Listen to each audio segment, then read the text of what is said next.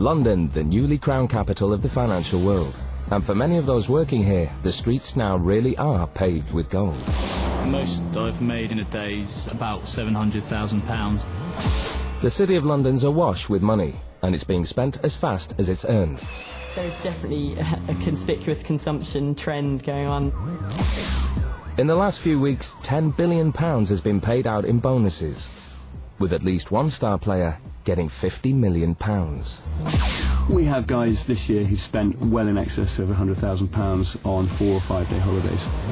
But as the sales of fast cars, yachts and luxury properties hit record highs, criticism mounts. I think they're jealous. No one seems to be commenting about David Beckham's new salary, and at the end of the day, he's a guy who kicks a football around. They must be making a lot of money for their company. And so what if he takes home a £40 million bonus? I mean, he's well entitled to it. And yeah, if I could get somebody who was making me 100 million, I'd give him 40 million straight away. Today's financiers have never been so wealthy or so celebrated. These are Britain's super rich.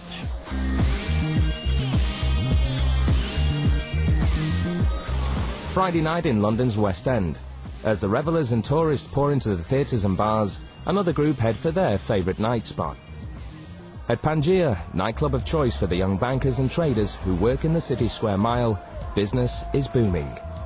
Recent bonus payouts have made it party night every night. They'll just go absolutely nuts, and they'll begin with a whole load of shots. And you can watch them deteriorate, bottle after bottle of all the usual brands, just being poured, I mean, sprayed around and poured over their heads, and it gets all a little bit silly. A bottle of beer costs £4, a bottle of vodka costs £130.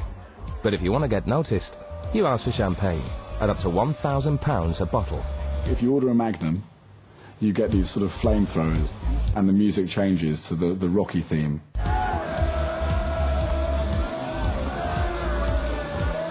And of course, everyone looks, then you get the competition beginning. So all the other tables who are trying to impress their girlfriends or their wives or their clients or their whatevers will say, right, and suddenly it just goes off. It's like a firework display in the club. The champagne off, as they call it, spraying each other down with Cristal and Dom Perignon. Tonight's clubgoers are paying up to £700 just for a table. Some people can come here and spend £1,000, £20,000, £30,000 in an hour or 3 hours and leave with a smile and say thank you very much and give a huge tip to the waitress and come back the next week. It is silly money, and you do sometimes think, God, they must be earning ludicrous amounts of money, or God help the bank whose corporate card that's on. The AA's new owners were from private equity, the new darlings of the city. Soon they reduced the AA's total workforce of 10,000 by a third. This type of cost-cutting is common in private equity takeovers, and it's creating huge controversy. They've been called asset strippers and worse.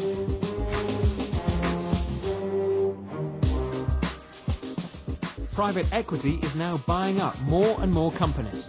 Boots and EMI Records are in its sights. Respected city bosses are voicing doubts. It's having a huge impact on the structure of UK financial markets and the UK economy. Very few UK companies are now free from being targeted by private equity. The AA buyout was presided over by the new industry's leading light. His name, Damon Buffini. His private equity firm, Permira, is Britain's biggest, and he's said to be personally worth around £200 million. For AA patrolman Steve Thompson, those efficiency improvements became very real on the day he was called into his manager's office. Steve was among hundreds of roadside patrolmen who lost their jobs. Some hoped for redundancy payoffs of up to £80,000. Instead, they were branded low achievers and offered exit payments of around £18,000 or a retraining course. If they failed the course, they'd be dismissed with no money. After I came out of that meeting, I was given a few days to think about this, but taking a 16-week training programme and then at the end of it they turn around and say you haven't achieved and I don't get anything, and they just sacked me. I think that the option was at that time was to take the money. £18,000, what kind of a deal did you think that was? I thought it was an absolutely disgusting deal, but getting nothing would have been even worse still.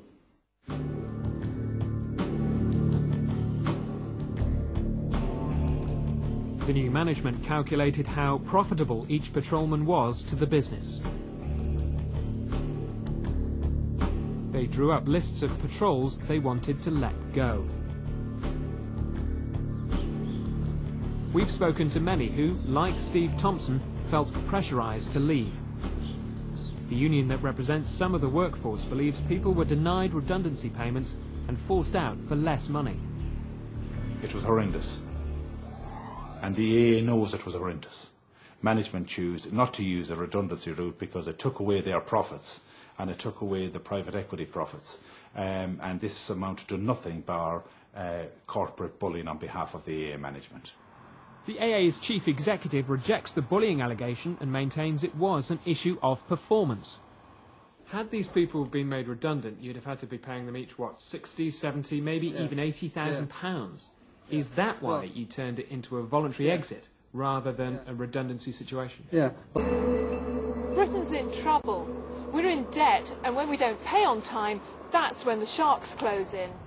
And for the sharks, business is booming, as former employee Stacey Williams told me. I was working on behalf of a debt collection agency which collected money from people who lived in areas such as this, council housing, people who were on benefits. My company was out there to make loads of money off of people who have no money. So what kind of tactics did you have to use? Well, basically, being in the bullying business that we were allowed to yell, we were allowed to swear, use phone calls, text messaging, anything that we could do to, scare them into giving us money.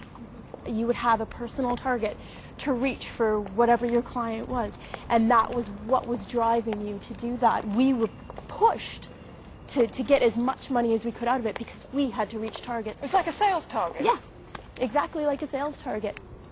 So what were the worst things they made you do? The worst things that they probably made us do were when people would phone in absolutely desperately in debt, and we would ask them for full and final payment for their accounts. If they couldn't afford a full and final payment, we passed on to our litigation department, which our company didn't even have a litigation department, but it was threats used to basically get payments. And if people couldn't afford a down payment, we would then instruct them to further borrow from friends or family to pay this, which is completely against the OFT guidelines. They say that you are not allowed to encourage further borrowing. People would ask to pay £5 a month or £10 a month or whatever they can afford. No, not accepting it without that down payment, not accepting it. So why? Why do you have to have this lump sum of money? Basically, only to make us look good towards our clients, which were the banks, which were the credit card companies. So why did you leave? Well, what I felt I was doing was immoral. Basically squeezing people, pressuring them for money that they just didn't have. And I just think that that was irresponsible of us as a company and as me as an individual. For the past few months, I've been working undercover in one of Britain's biggest banks, and it's been a truly shocking experience.